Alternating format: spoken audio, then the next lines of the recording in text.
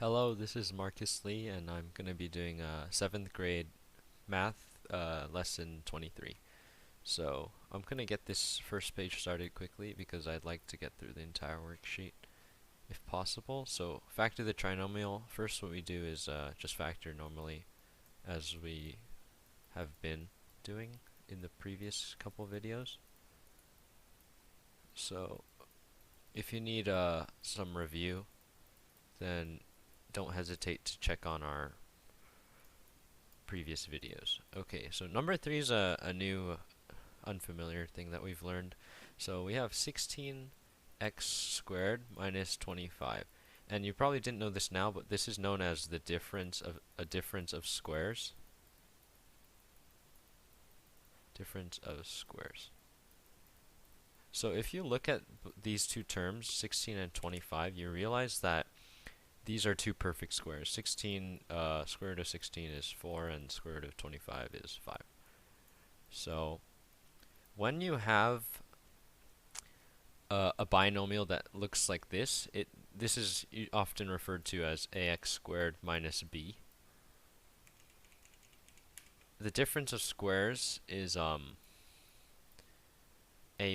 plus b, a minus b, where our first term right here in green, for example, 16 is a, and in purple, 25 is b.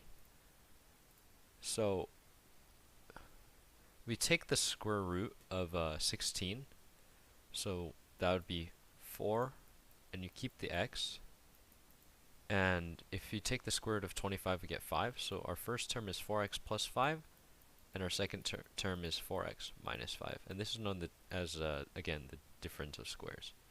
We'll go over it once more in question 7. 4x squared minus 49. And note that this, for the difference of squares to apply, there always has to be a negative sign here, or a minus sign here.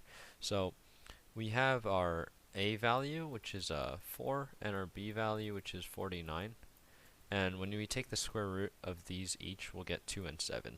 So when we split this up, we get 2x plus 7 and 2x minus 7. Okay. Moving on, we're going to graph on page 2. We have 3x squared.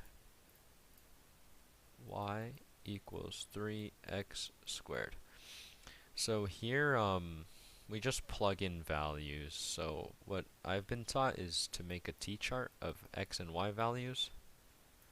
So right here we want to put in numbers that we're trying to substitute in. So for example, we could have 0, -1, -2, 1, and 2. So these are all the x values that we're substituting in, and we substitute it into this equation. For example, let's start with 0 because that's easy. We do 3 times 0 squared. 0 squared, if we follow PEMDAS, which is the order of operations, we do exponent first. 0 squared is 0, and then 3 times 0 is 0.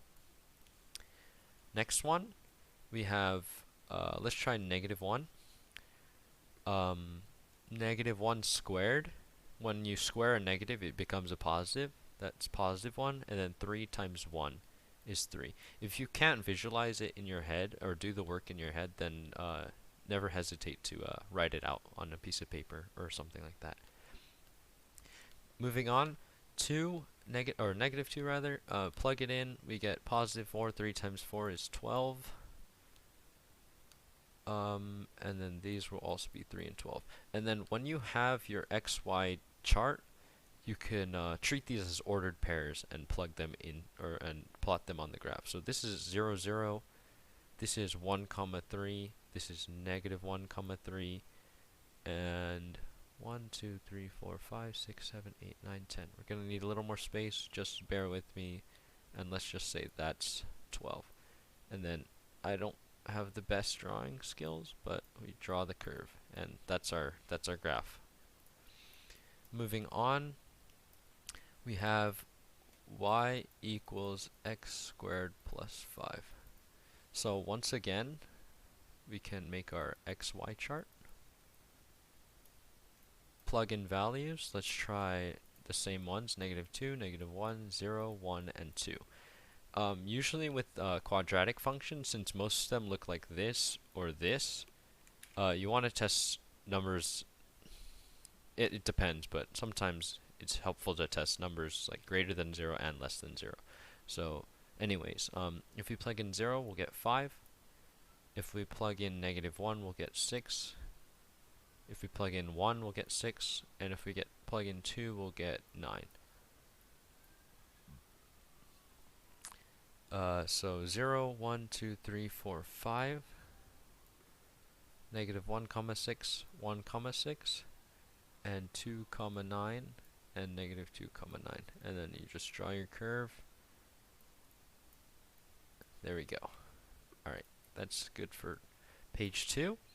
Page 3, we have y equals ax squared, and this right here is basically qualifying our function as a is greater than 0.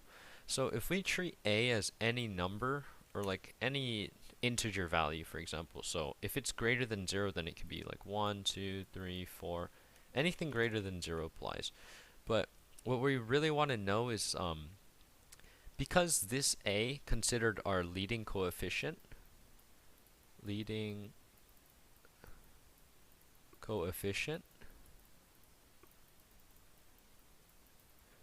and when it's greater than 0, that means it's going to be positive, right? So when we have a positive leading coefficient, our curve is always going to open upwards, open this way. So that's basically what it's asking us. Because a is an unknown value, so we don't know the exact curve, but so it could look like this, or anything of the sort, but it'll always face up if the leading coefficient is positive. And our exponent is 2. Conversely, if we have a is less than 0, we have a negative leading coefficient. So as you could probably guess, we have a curve that faces down.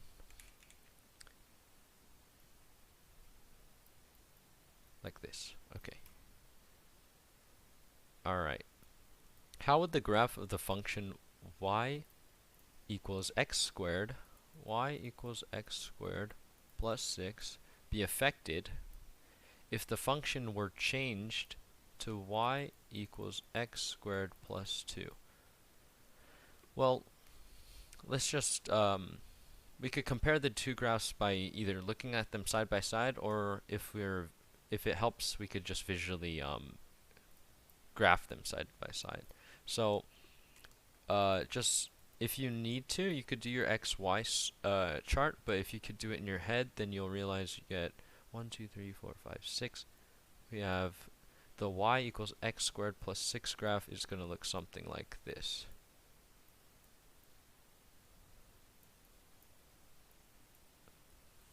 And the same thing here, if you need an XY chart, then go ahead.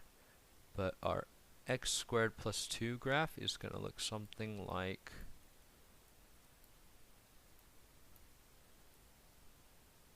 this. So if you can tell, the difference between these two is that this one starts up a little higher than this one, precisely 4 units higher, because if you look in the blue marker, this is plus 6 and this is plus 2, and that relates to our y-intercept value, or up and down value. So going back to the question, how would the graph of the function y equals x squared plus 6 be affected if the function were changed to y equals x squared plus 2, is that our graph would shift 4 units down, because we went from 6 to 2, and the difference between 6 to 2 is 4. Alright, moving on, this is our last page. We're asked to match the quadratic functions with its graph. So I'm going to rewrite these so we could see it a little easier. We have x squared over 2 minus 4, y equals x squared minus 2 over 2, or divided by 2 minus 2, y equals x squared negative x squared, I'm sorry, over 2 plus 2. And we have y equals negative x squared divided by 2 minus 2. So what we're looking for is, when I said earlier, these negatives will negative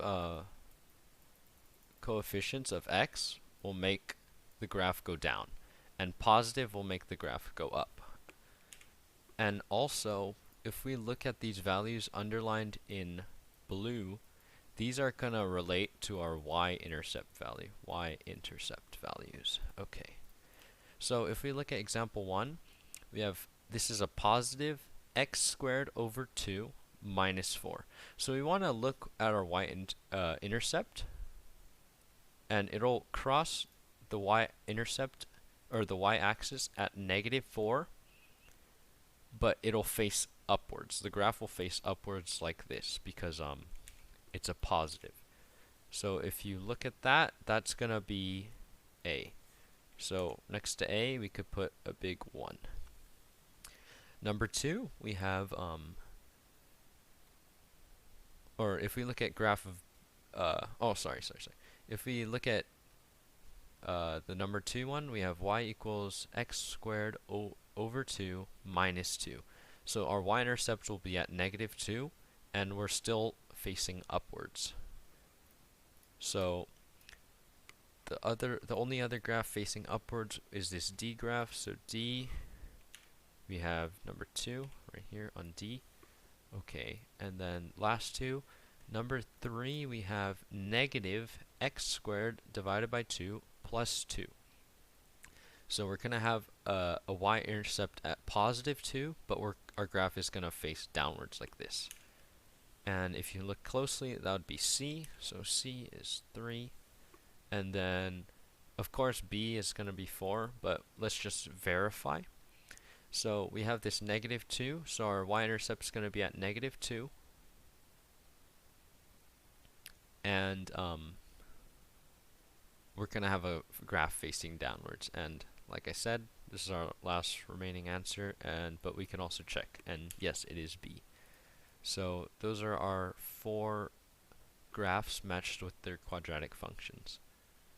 And that's all for this video. Thank you for watching. I hope it was helpful.